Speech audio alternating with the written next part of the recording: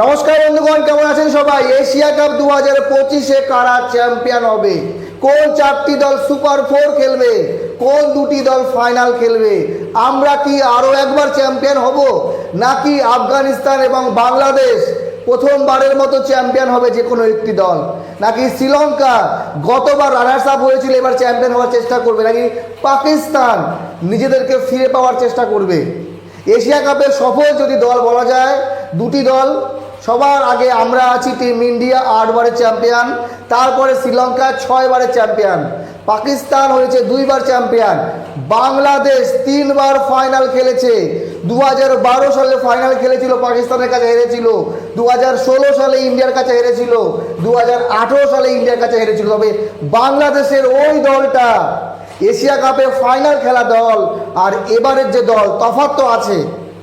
যদিও বাংলাদেশ শ্রীলঙ্কাকে সিরিজ হারিয়েছে, পাকিস্তানকে সিরিজ হারিয়েছে, নেদারল্যান্ডসকে সিরিজ হারিয়ে তারা এশিয়া কাপ খেলতে যাচ্ছে, কিন্তু এই দলটা একটু আলাদা।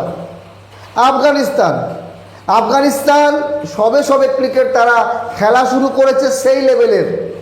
তারা বিশ্বকাপে টি20 সেমিফাইনাল খেলেছে, তারা একটুর জন্য ওডিআই বিশ্বকাপে সেমিফাইনাল খেলতে পারেনি। তো বিষয় হলো এবার কি আফগানিস্তান কিছু একটা করবে? শ্রীলঙ্কা 6 বার চ্যাম্পিয়ন হয়েছে ঠিকই, কিন্তু শ্রীলঙ্কার সেই দল আর এই দলের মধ্যে একটু তফাৎ আছে। শ্রীলঙ্কা তো গতকাল জিম্বাবুয়ের কাছে মাত্র 80 রানে অল আউট হয়ে গেছে।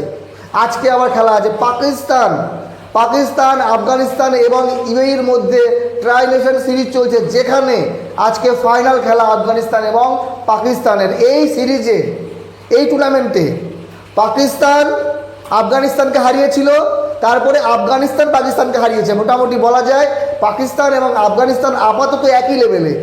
এবার যদি বলি আমাদের কথা, টিম ইন্ডিয়া আমরা আইসিসি র্যাঙ্কিংয়ে নাম্বার 1।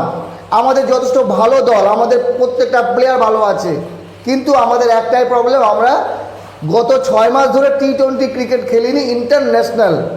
আমাদের যে প্লেয়ার তারা এক হয়ে খেলেনি, সবাই খেলেছে এদিক ওদিক, কখনো টেস্ট, কখনো আইপিএল, কখনো বা ঘরোয়া ক্রিকেট। তো বিষয় হলো যে 9 তারিখ আফগানিস্তান এবং হংকংয়ের প্রথম ম্যাচ, 10 তারিখে ইন্ডিয়া এবং ইউএইর প্রথম ম্যাচ, 11 তারিখ বাংলাদেশ এবং হংকংয়ের প্রথম ম্যাচ, এবং পাকিস্তান ওমানের ম্যাচ আছে 12 তারিখ। তো এই যে 4টি দিন খুবই গুরুত্বপূর্ণ। তো বিষয় হলো যে India, Oman, Pakistan, UAE group এ, আফগানিস্তান, বাংলাদেশ, হংকং এবং শ্রীলঙ্কা গ্রুপ বি।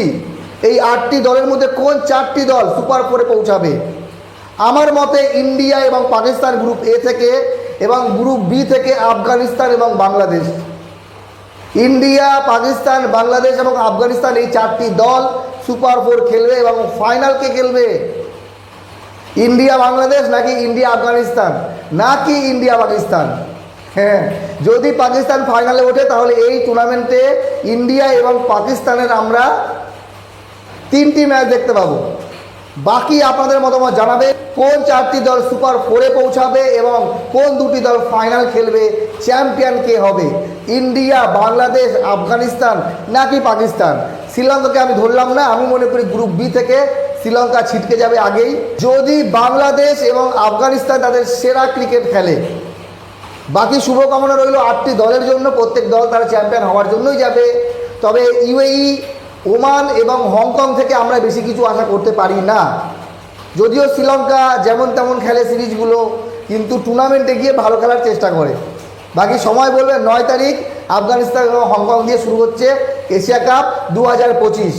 আমার মনে হয় আমরা ফাইনাল খেলবো, চ্যাম্পিয়ন হব, বাকি সময় বলবে। ভালো থাকবেন সবাই, ধন্যবাদ।